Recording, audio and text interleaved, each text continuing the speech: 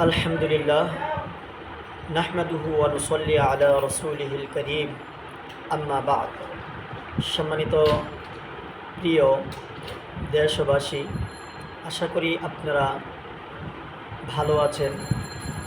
দূরে এবং কাছের, পরিচিত অপরিচিত, বিশেষ করে দূর প্রবাসে যারা আমার এই কথাগুলো শুনতেছেন, সকলকে জানাচ্ছি মাহে রমজানের শুভেচ্ছা। সম্মানিত প্রিয় ভাই এবং আমার কলিজার টুকরা বোনেরা,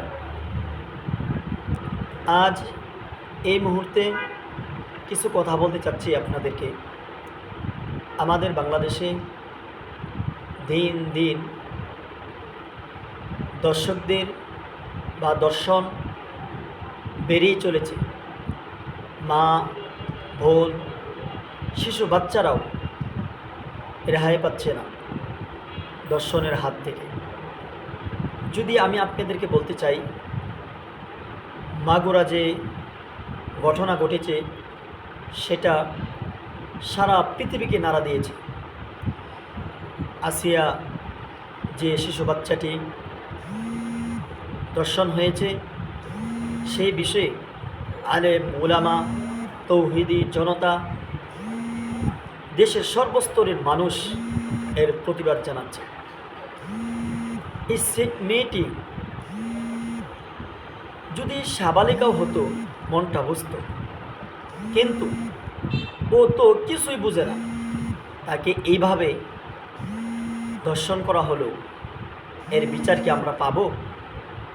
এই প্রশ্ন আমি জাতির কাছে রাখতে চাই, বর্তমান সরকারের কাছে রাখতে চাই। আমরা দর্শকদের চরম শাস্তি চাই।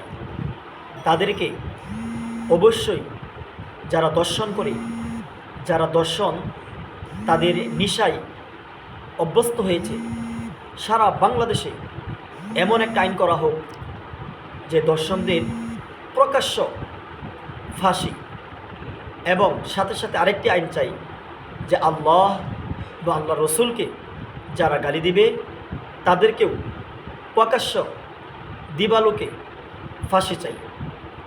এরকম করে এই দুইটি আইন করা হোক, বর্তমান সরকারের কাছে আকুল আবেদন জানাচ্ছি। সম্মানিত প্রিয় ভাই এবং বোনেরা, আপনারা চৌকান্ন থাকবেন, আপনারা সজাগ থাকবেন। যেখানে দর্শন হবে সেখানে ধরে আইনের আওতায় এনে পুলিশের কাছে সোপর্দ করবেন। বাংলাদেশে যেভাবে দর্শন বেড়ে চলেছে, এটা যদি চলতেই থাকে তাহলে ওই দর্শকদের হাত আরও লম্বা হয়ে যাবে। তাদের একজনে দর্শন করবে, যদি বিচার না হয় তাহলে আগামীকাল আরেকজন হবে, এভাবে আরেকজন হবে, এভাবে বেড়েই চলবে দর্শকদের আস্তানা। এবং দর্শকদের আস্তানা ভেঙে ঘুরে চুরমার করে দিতে হবে। তাহলে দেখবেন আর কোনো সময় তারা এরকম দর্শন করবে না। সম্মানিত প্রিয় দেশবাসী, আপনার মেয়েকে, আপনার ছেলেকে আপনারা অবশ্যই শাসনে রাখবেন। দেখবেন আপনার মেয়ে কোথায় যাচ্ছে, আপনার ছেলে কোথায় যাচ্ছে, তাদেরকে অবশ্যই খেয়াল রাখবেন। তারা কি করছে, কোথায় যাচ্ছে, কি করতেছে, সেই দিকে আপনারা অবশ্যই নজর রাখবেন। আর দর্শকদের ঠিকানা এই বাংলাদেশে হবে না। সমস্ত তৌহিদি জনতা একই আওয়াজ উঠুক যে দর্শকদের বিরুদ্ধে জিরো টলারেন্স।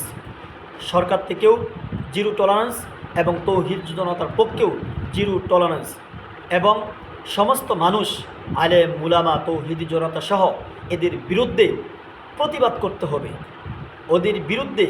এদের বিরুদ্ধে যদি প্রতিবাদ না করা হয় তাহলে এদের হাত লম্বাই হতে থাকবে। সর্বোপরি বলি যে আসিয়া যে এখনও হাসপাতালে কাতরাচ্ছে, আসিয়ার জন্য আমরা সকলে দোয়া করি মন থেকে, এবং সে যেন অতি দ্রুত সুস্থ হয়ে আমাদের মাঝে ফিরে আসে। আমরা দর্শক যারা আছে, দর্শক যারা করে, তাদের দৃষ্টান্তমূলক শাস্তি দাবি করছি। এবং আমরা যদি কোরআনের আইন যদি শাসন করতে পারি তাহলে অবশ্যই তাকে পাথর মেরে আমরা বাংলার জমিনে যদি কোনো সময় কোরআনে আইন শাসন ব্যবস্থা ফিরে আসে কিংবা কায়েম হয়, তাহলে এদেরকে অবশ্যই ফাঁসির কাস্তে ঝুলাতে হবে এবং পাথর মেরে তাদেরকে নিক্ষেপ করতে হবে। সম্মানিত প্রিয় ভাইরা আমার, আমরা সকলেই